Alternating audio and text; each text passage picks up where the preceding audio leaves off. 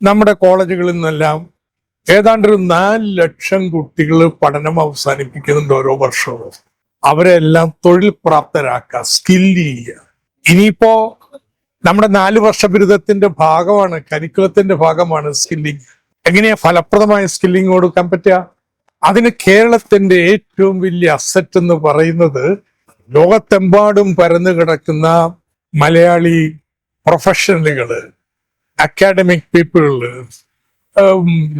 Skilled workers, അവർക്കൊക്കെ മെന്റർമാരാവാം. ഭാഷ പഠിപ്പിക്കാം, സോഫ്റ്റ് സ്കിൽസ് പഠിപ്പിക്കാം, ഡൊമൈൻ സ്കില്ലിന് സഹായിക്കാം, കുട്ടികളെ മോട്ടിവേറ്റ് ചെയ്യാം. അതിന് നേരിട്ട് വരേണ്ട, ഓൺലൈനായി ചെയ്യാം. കേരളത്തിലെ ഓരോ കുട്ടിക്കും ഒരു മെന്ററെങ്കിലും എവിടെയെങ്കിലും ലോകത്തുണ്ടാവും സഹായിക്കാൻ. അങ്ങനെ ഒരു പരിപാടിയെക്കുറിച്ച് കേരള സഭയിൽ വന്ന പ്രവാസി പ്രതിനിധികളോട് സംസാരിക്കായിരുന്നു. അവർക്കെല്ലാം വലിയ ആവശ്യമാണ്.